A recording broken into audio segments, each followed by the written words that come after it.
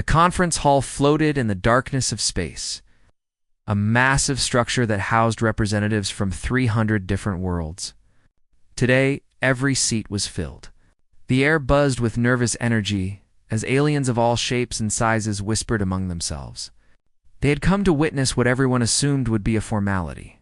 Humanity would accept the peace treaty, take their rewards, and join the galactic community properly. After all, they had won the war. Why would they refuse what was being offered? Ambassador Jiwan sat calmly at the human delegation table. Beside her, Admiral Taiyang reviewed data on his tablet, his weathered face showing no emotion. The young aide Minji fidgeted with her papers, clearly uncomfortable with the attention. 3 humans among thousands of aliens. 3 humans who held the power to change everything. The council speaker, a towering being called Tharnek, raised his 6 arms for silence. The room obeyed instantly. His species had led the council for over 2,000 years. When he spoke, galaxies listened. We gather today to formally end the conflict between the Vrox Empire and the Terran Alliance, Tharnek announced. His voice echoed through translation devices, reaching every ear in every language. The war is over. Humanity has proven themselves worthy warriors. Now, we offer them the hand of friendship. A holographic display materialized above the center of the room. It showed territorial maps, trade route agreements, and legal documents. Minji had spent 3 weeks reviewing every word of these documents. She had found things that troubled her deeply. The Council offers humanity full membership, Tharnek continued. You will have voting rights, access to our technology, and protection under Council law. The Vrox Empire will pay reparations for the destruction they caused. You will receive territorial expansion rights in the outer regions. Your trade ships will have guaranteed safe passage through all Council space. Murmurs of approval rippled through the chamber. Several alien delegations nodded to each other. This was an excellent deal. Unprecedented, even. Some species had waited centuries for such generous terms. The Vrox delegation sat in their section, looking defeated but relieved. They had lost the war badly. Their empire had been shattered by human military tactics they never saw coming. But if humanity accepted this deal, the Vrox would at least survive. They would pay their debt and move on. Everyone would move on. Ambassador Guan. Tharnek gestured toward the human table. Please approach and accept these terms on behalf of Earth and her colonies. Ouch. She straightened her formal jacket and walked to the center of the chamber. Her footsteps echoed in the sudden silence. Every eye, every sensor, every recording device focused on her. She stopped before the holographic display and looked up at it for a long moment. The Council has been most generous, Guan said clearly. Her voice was calm and professional. We appreciate the time and effort that went into drafting these terms. Then you accept? Tharnek asked. There was eagerness in his tone, barely concealed. No, Guan said simply. The silence that followed was absolute. For 5 full seconds, nobody moved. Nobody breathed. The word hung in the air like a bomb waiting to explode. I'm sorry, Tharnek finally said. Perhaps the translation was incorrect. Did you say no? The translation was perfect, Guan replied. Humanity respectfully declines this offer. Chaos erupted. Aliens jumped to their feet, shouting in hundreds of languages. The translation system struggled to keep up with the overlapping voices. The Vrox delegation looked terrified. If humanity didn't accept what would happen to them, would the war continue? Tharnek slammed his arms down on his podium, creating a sound like thunder. Silence, he roared. The room gradually quieted. Ambassador, surely you must explain this decision. These terms are extremely favorable. What more do you want? Guan looked around the chamber. She saw fear, anger, and confusion on alien faces. She understood. They couldn't comprehend why anyone would refuse what was being offered. We want nothing more, she said. We simply do not accept membership in the Galactic Council. A delegate from the Klendri species stood up, his scales rattling with agitation. This is madness. Do you intend to conquer the galaxy? Is that your plan? No, Admiral Taiyang spoke for the first time. His deep voice cut through the noise. Humanity has no interest in conquest. We will defend our borders. We will protect our people. But we seek no expansion beyond what we need. Then why refuse? Demanded another delegate. The council offers peace, prosperity, and protection. We've read the fine print, Jiwan said quietly. Those 5 words changed the atmosphere in the room.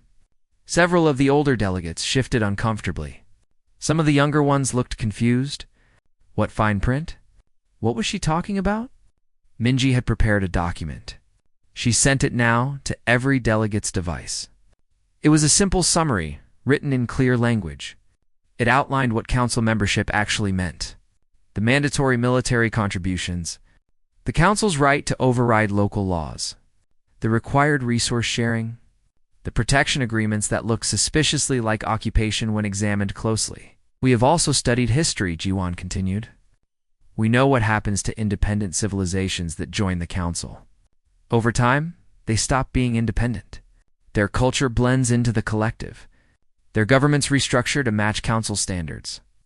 Their military becomes part of the council forces. They become absorbed. That is progress. Tharnek argued, unity brings strength. Unity brings conformity, Guan countered. Humanity chooses independence.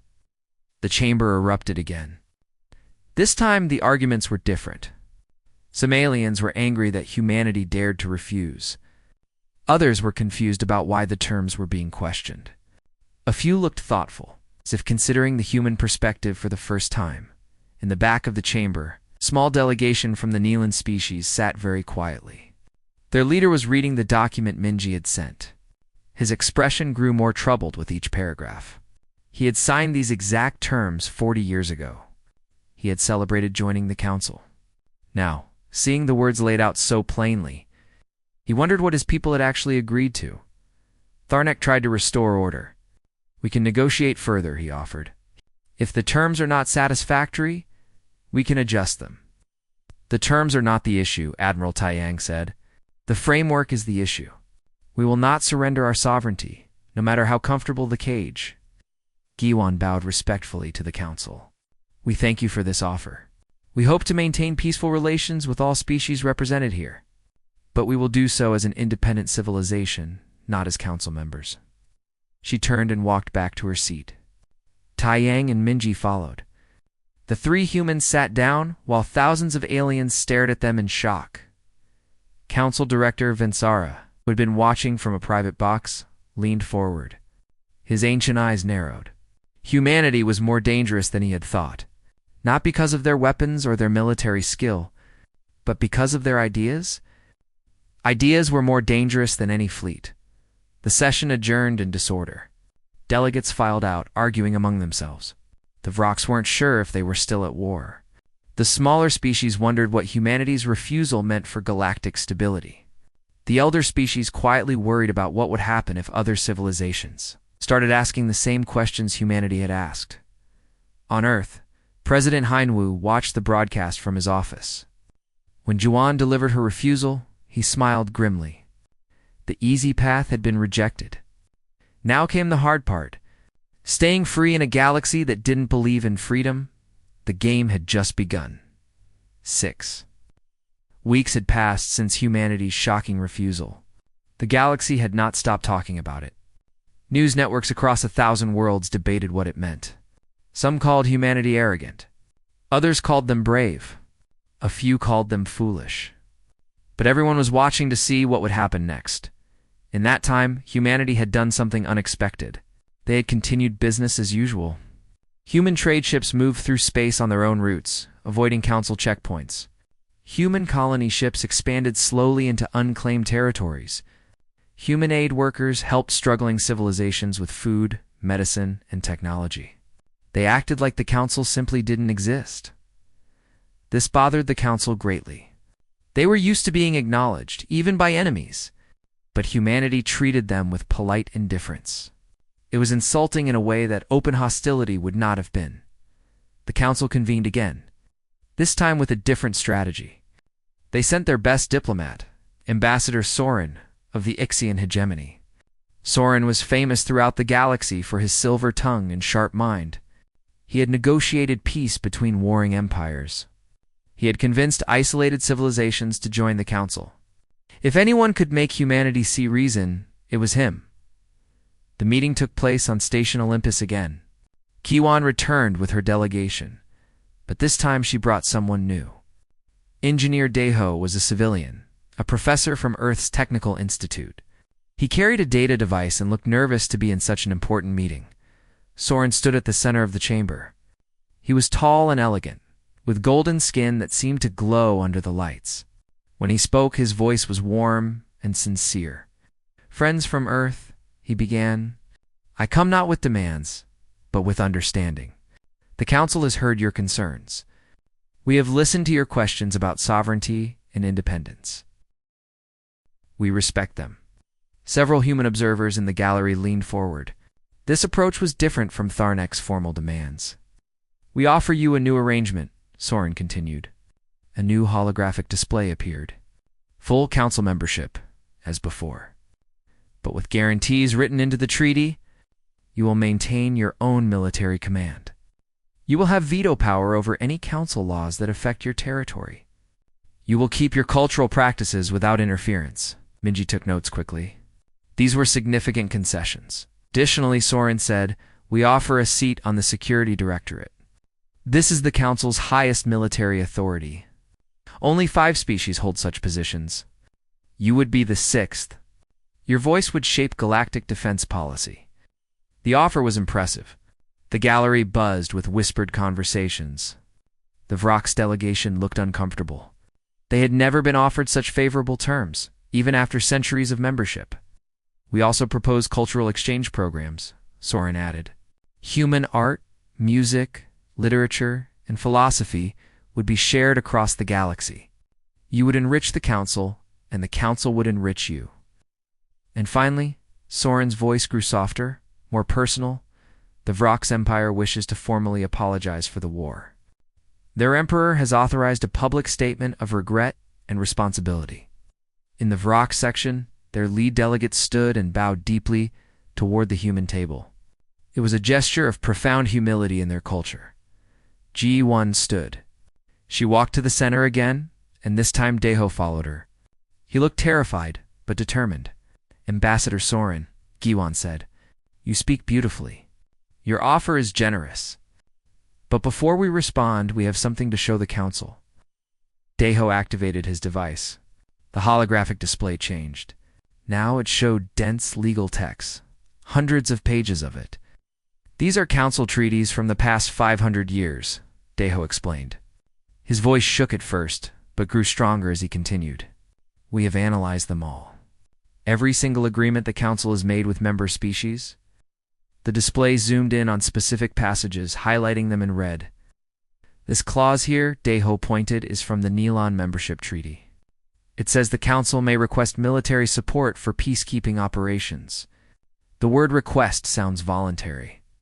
But Article 47 defines refusing such a request as grounds for economic sanctions." He moved to another document. "This clause is from the Brenthian Agreement. It grants the Council authority to ensure member species follow proper governance standards." That sounds reasonable. But the definition of proper governance is determined solely by the Council itself. Document after document appeared. Each one showed the same pattern. Voluntary agreements that became mandatory. Advisory positions that became controlling authority. Cultural exchange that became cultural assimilation. In every case, Deho said, species joined the Council thinking they would maintain independence. In every case, within 50 to 100 years, that independence was gone. The chamber was silent now. Many delegates had never read these documents so carefully.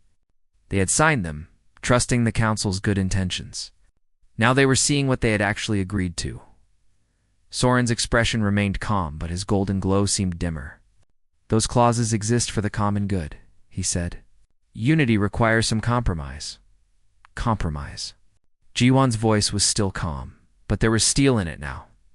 "Ambassador Soren, these aren't compromises. These are surrender terms disguised as partnerships." She walked closer to the holographic display. "You speak of veto power over council laws. But who defines what affects our territory? The Council does. You offer us a seat on the Security Directorate, but decisions there require majority vote. We would be one voice among 6, easily outvoted. You offer cultural exchange, she continued. But we've studied what happened to the Ynnari culture after they joined. Within 3 generations, their children spoke Council standard instead of their native language. Their traditional practices were deemed inefficient and phased out. Their art was cataloged in museums while they created nothing new, because new Ynnari art didn't fit Council aesthetic standards. An older delegate from a small species stood up suddenly. Is this true? He demanded. Ambassador Soren, is this what happened to the Ynnari? Soren hesitated. That hesitation was answer enough. G1 looked around the chamber, making eye contact with delegates from dozens of species. You're not offering us membership. You're offering us chains. Beautiful chains, comfortable chains, but chains nonetheless. Every species in this room surrendered their independence for security. You all made that choice. We respect that choice, but we make a different one. We choose freedom, she said simply. Whatever the cost. Admiral Taiyang stood beside her. The Council has maintained order for millennia. We acknowledge that. But order is not the same as justice. Unity is not the same as peace. We will build our own future. Soren opened his mouth to argue, then closed it. He had no response. Everything Giwan said was technically true. The Council had maintained power by making independence impossible once a species joined. It had worked for thousands of years because no one had ever looked at the system so closely. No one had ever cared to. In the back of the chamber, the Neelan delegation was having an intense, whispered discussion. Their leader was accessing the old treaties on his device, reading clauses he had never questioned before. The Vrox delegate, Kelron, did something unexpected. He laughed. It was a bitter, sad sound. They see it, he said to his companions. Humans see what we missed 300 years ago. We thought joining the Council would save us after our war with the Krell. Instead, we just changed masters. As the session ended, Jiwan returned to her seat. Minji leaned close. That went well, I think, she whispered. Maybe too well, Jiwan replied quietly. She had seen the expressions on some delegates' faces. Doubt, question, realization. We didn't just refuse their offer. We made them question their own choices. That night, aboard the human ship returning to Earth, Deho sat with Tai Yang in the observation deck. Through the viewport, they could see Station Olympus growing smaller. Do you think they'll try again? Deho asked. Yes, Tai Yang said. They can't let this stand. If we remain independent and prosperous, other species will ask why they can't do the same. The Council's power is built on the idea that you can't survive outside their system. Can we survive? Tai Yang smiled slightly. We're about to find out. Back on Station Olympus, in a secure meeting room, Council Director Vensara met with the senior members. Soren was there, looking frustrated. Tharnek was there, looking angry. Others were there, looking worried. They're more dangerous than we thought, Vensara said. Not because of their military. Because of their ideas, and we offer them something they cannot refuse, Tharnek suggested. What could that possibly be? Soren asked. Vensara smiled coldly. Everything. For months had passed since humanity's second refusal. The galaxy was changing in subtle ways. 3 minor species had quietly begun reviewing their council treaties. Trade between independent systems had increased. Human merchant ships were welcomed in ports where council vessels were merely tolerated. Whispers of discontent spread through the younger civilizations. The council knew they had to act decisively. This time, they would not hold the meeting in neutral space. They would come to Earth itself. A gesture of respect, of equality, of genuine partnership. Or so they claimed. Geneva's unified Terran Assembly Hall had been built for exactly this purpose. It was designed to host both humans and aliens in comfort. The architecture blended Earth's aesthetic traditions with practical accommodations for species of all sizes and environmental needs. Today it was filled to capacity. Secretary General Yuna stood at the entrance, greeting each council delegation personally. She was young for such a position, barely 40. But she had earned her role through brilliant diplomatic work during the war. She smiled and shook hands, tentacles, claws, and other appendages as appropriate. "Welcome to Earth," she said to each visitor. "We are honored by your presence." Council Director Vensara arrived last. He was old, even by his species standards. He had led the council for over a century. He had seen civilizations rise and fall. He had never failed to bring a species into the council fold. Humanity would not be his first failure. The assembly hall grew quiet as Vensara took the central podium. Unlike previous meetings, there was no holographic display, no formal documents ready for signing. This was personal. "People of Earth," he began. His voice was gentle, almost grandfatherly. "I have lived a long time. I have made many mistakes. Perhaps I have made mistakes with you." The human delegation sat in the front row. President Hyun-woo was there, along with Giwon, Taeyang, and other key figures.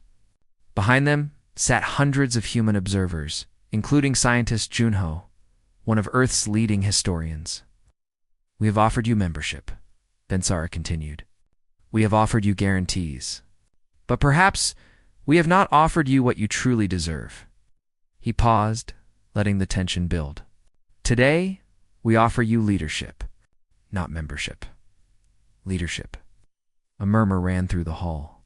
This was unexpected. The council proposes that humanity join not as one member among many, but as co-leaders of the galactic community.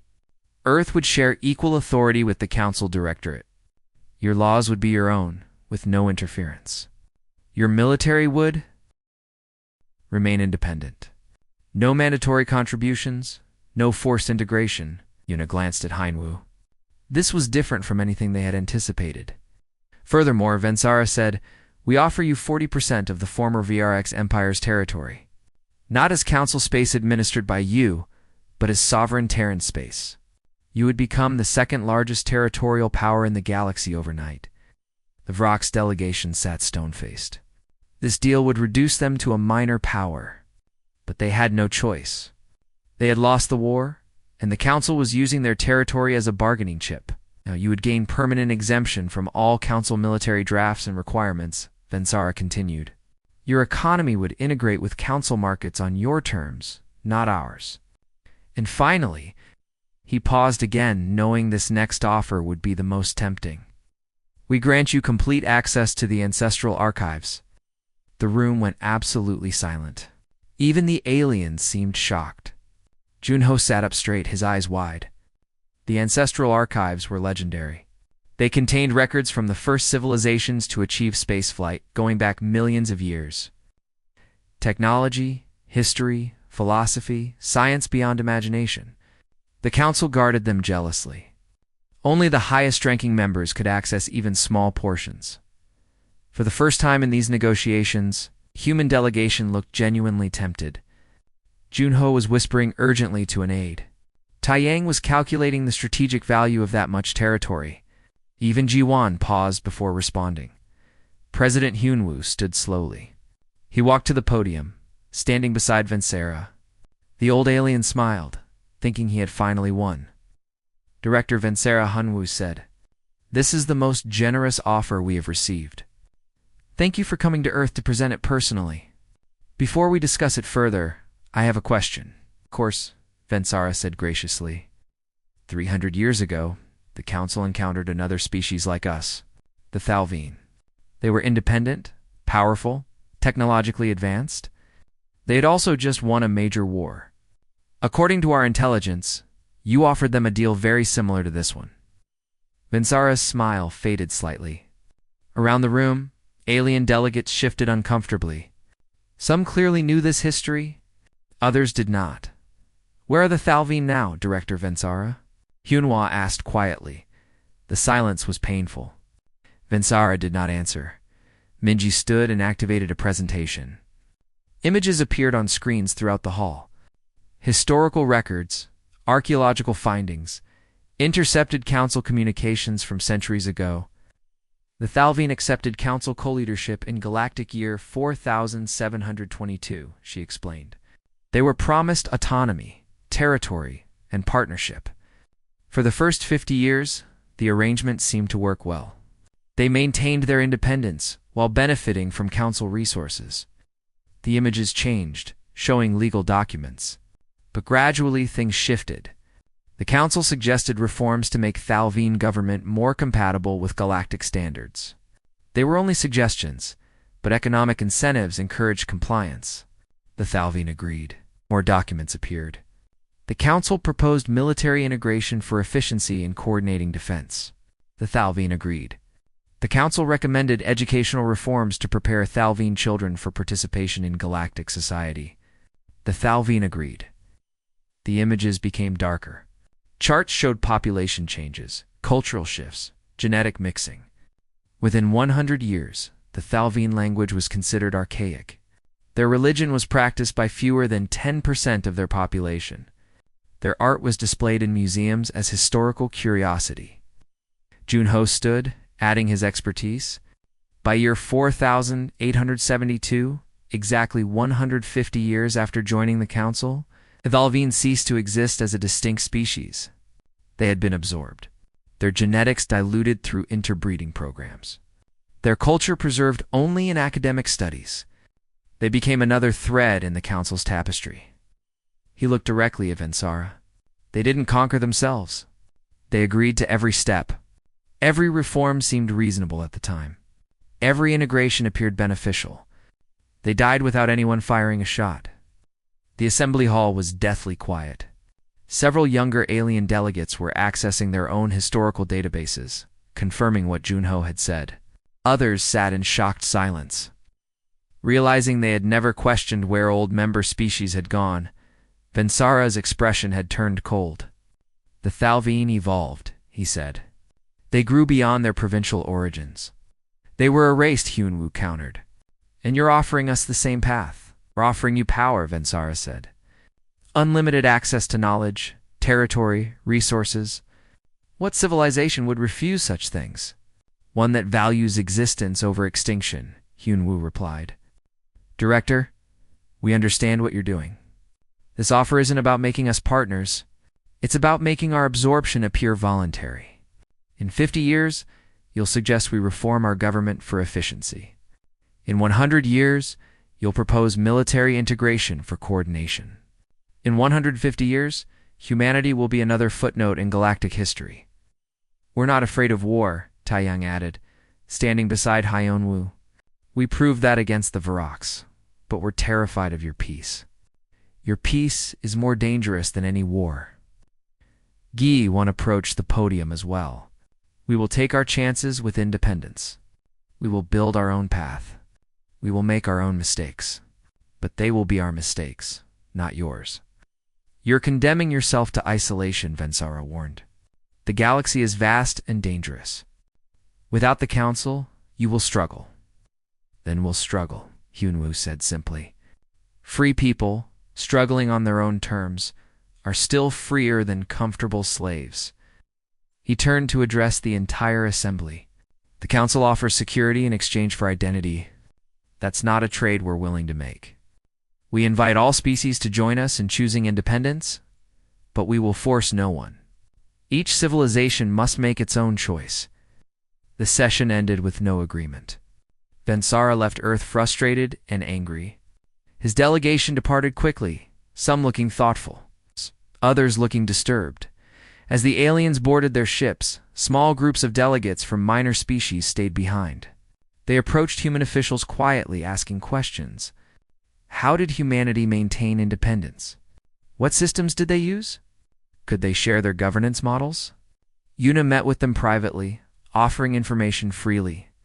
No demands for alliance, no requests for loyalty, just information. Shared between civilizations that were beginning to question their place in the galactic order.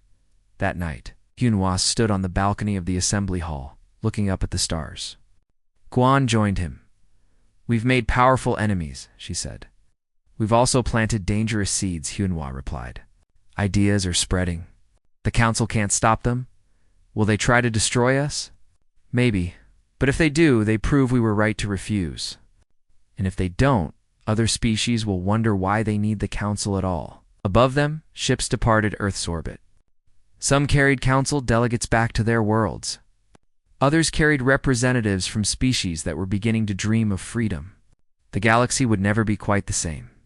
2 months after humanity's final refusal, the galaxy was changing in ways the council could no longer ignore. It started small. A trade dispute here, a delayed military contribution there. Minor rebellions that the council had handled 1,000 times before, but this time was different. This time, the rebels had a name for what they wanted. They called it the Human Precedent. The Neelon Compact was the first to make it official. 7 small species, all of whom had joined the council decades ago, announced simultaneously that they were withdrawing from mandatory military obligations. They cited obscure legal clauses in their treaties, the same clauses humans had highlighted months before. The council was furious, but technically, the Neelan were within their rights. Council chambers erupted in chaos. Emergency sessions were called daily. The elder species, those who had built the council and maintained its power for millennia, gathered in private to discuss the crisis. Councillor Draxon of the Klendry species stood before the assembly. He was a warrior from a warrior culture, and he had no patience for diplomacy. "This is humanity's fault," he declared. "They have infected the galaxy with dangerous ideas. Independence, sovereignty, freedom. These concepts destroy unity. They destroy control," corrected Ambassador Soren quietly. He sat in his usual place, but he looked tired. The past months had been difficult for him. "Perhaps that's what troubles us most. Are you defending them?" Draxon demanded. Soren replied, "We built the council on a promise of protection and prosperity. We delivered both. But we never told anyone the price. Humans simply read the contract carefully." Tharnek spoke from his elevated position. "The price was acceptable to every species that joined. The Neelan have benefited from council membership for 40 years. Now they abandon their obligations?" "They're not abandoning membership," noted another counselor. "They're refusing military conscription. There's a difference that will spread," Draxon said. "Already, 6 more species are reviewing their treaties. If we don't act decisively, the council will collapse." Vinsara had been silent through these debates. Now he spoke. "What do you propose, Counselor Draxon?" "War," Draxon said simply. "We make an example of humanity. We show the galaxy what happens to those who reject the council." "There are no winners here," Huan-Wu said, sitting without invitation. "The galaxy is in chaos. Species are fighting each other over old disputes that the council used to manage. Trade routes are disrupted. Some civilizations are thriving with their new freedom. Others are struggling without council support." "And this concerns you?" Vinsara asked. "Of course it does. We didn't want chaos. We wanted independence. They're the same thing sometimes." Hyun-Woo shook his head. "They don't have to be. That's why I'm here. Humanity is proposing something new." He laid out a datapad. "We call it the Terran Compact. Not a government. Not an empire. Just a framework." Vinsara read through it carefully. His expression showed surprise, then skepticism, then something like interest. "This gives you no power," he said finally. "Exactly," Hyun-Woo confirmed. "Species maintain complete sovereignty. They agree to basic principles. No aggression against each other. Open trade standards, voluntary mutual defense, diplomatic arbitration if they want it. But nothing is mandatory. Nothing is enforced. You can join, leave, ignore it entirely." "This will never work," Vinsara said. "Species need structure. They need authority. Maybe, maybe not. We're going to find out. Why are you showing me this?" Hyun-Woo met his eyes. "Because the council can join too. Reform your treaties, give your members real autonomy, and become one voice among many. You have centuries of experience managing galactic affairs. That expertise doesn't have to be wasted." Vinsara laughed bitterly. "You're offering me charity? I'm offering you evolution." The galaxy changed. The council can change with it, or fade away completely.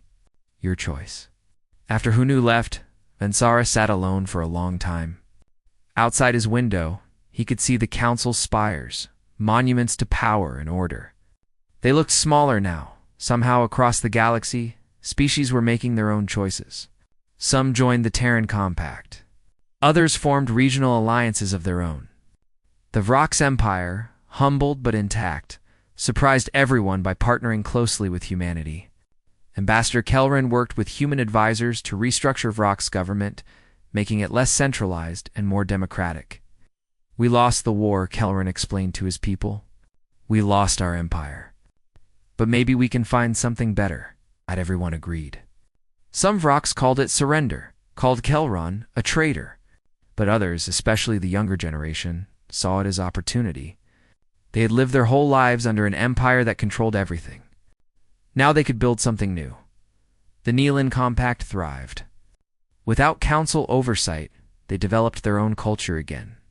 Their artists created works that didn't fit council aesthetic standards, and that was the point.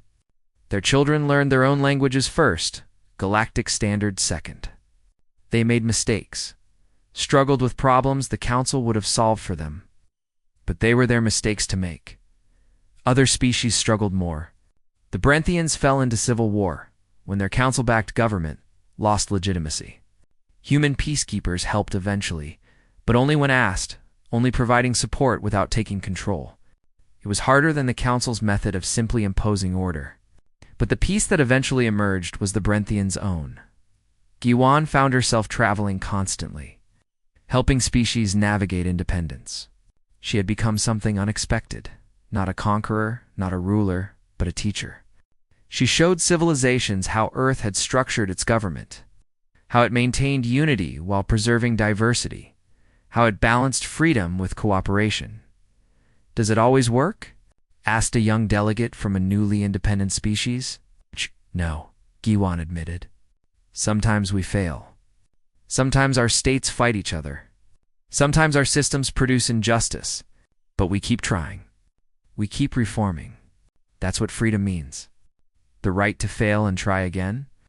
Minji worked with civilian groups, helping establish trade networks independent of council infrastructure. It was slower, more complicated, but also more resilient. When one route failed, others adapted. There was no central point of control that could be exploited. Juna wrote histories of this period, documenting everything.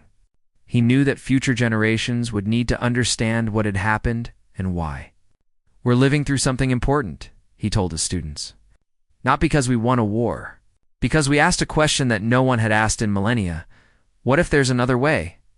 On Earth, people debated constantly about their role in the new galaxy. Some wanted humanity to lead more actively. Others wanted to withdraw, focus on their own civilization. The debates were fierce but healthy. Democracy was messy. It was also the point. 1 year after the first refusal, Giwan returned to Earth for the anniversary. A memorial had been built for those who died in the Vrox War. She stood before it, remembering the cost of independence. Deho found her there. The engineer had become a key figure in technology sharing programs. "Do you think we did the right thing?" he asked. "I think we did the honest thing," Juan replied. "Whether it's right? Ask me in 100 years. The galaxy is freer now. More chaotic, but freer." "Freedom and chaos often look similar," Juan said. "The difference is choice. In chaos, you have no control. In freedom, you choose your path even if it's difficult." That evening, President Hunawu gave a speech to the Terran Assembly. It was not triumphant. It was sober and realistic. "We refused the Council's offers because we believed in independence. That belief has spread across the galaxy. Some species are thriving with their new freedom. Others are struggling. Some are failing entirely. We have a responsibility to help where we can, but we cannot save everyone. We cannot make the galaxy perfect." He paused, looking out at the assembled representatives.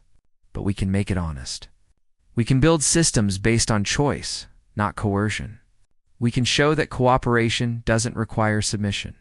That's the galaxy we're building. Not perfect. Just free, across space, on a small planet that had recently left the Council. Children played in a park. Human children, Neelan children, Ethan children, even young Vrox. They didn't understand the politics or the history. They just knew they were friends. Their parents watched from different cultural centers nearby. A human parent spoke with a Vrock's parent about their children's education. They disagreed on methods, on priorities, on philosophy. But they talked as equals, as neighbors, as people trying to do their best. Above them, council ships still patrolled some sectors. Terran compact vessels patrolled others. Independent species maintained their own defenses. There were tensions, occasional conflicts, ongoing negotiations about borders and resources. It was complicated and messy. It was also alive in a way the old galaxy had never been. The Council had brought order by eliminating difference. The new galaxy accepted difference as a feature, not a bug. It was harder. It required constant effort. But it was real. In his office on the former Council home world, Vensara received a message. The Council had voted, narrowly, to join the Terran Compact as a reformed organization. They would maintain their expertise in infrastructure, but without the power to enforce compliance. They would advise, not command. Suggest, not demand. It was humiliating for the elder species. It was also survival. The galaxy had changed.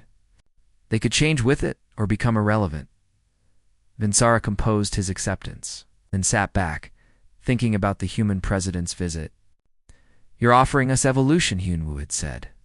At the time, Vensara had heard it as condescension. Now he understood it as simple truth. Species that couldn't evolve went extinct. The Council could evolve or die. They chose evolution. Far out in space, on humanity's frontier, a new colony was being established. The settlers came from a dozen different species, all choosing to build something together. Not because a government ordered it, not because a treaty required it, but because they wanted to. Admiral Taiyang visited the colony during its dedication ceremony. A young human girl asked him why humanity had refused to join the Council. "Because we'd seen what empires do," he told her. "We'd lived under them, fought against them, even built them ourselves. We knew how they always ended. With freedom lost, one compromise at a time." "But isn't it harder this way?" the girl asked. "Much harder," Taiyang admitted. "But hard and wrong aren't the same thing. Sometimes the right path is the difficult one." The girl thought about this, then nodded and ran off to play with her friends. Children from across the galaxy playing together not because they had to, but because they could. That was the new galaxy. Imperfect, complicated, sometimes frustrating, but free. Genuinely, honestly free. Not freedom granted by a benevolent authority, but freedom claimed and defended by those who valued it. The Council had offered humanity everything. Humanity had chosen nothing except the right to choose. In the end, that made all the difference.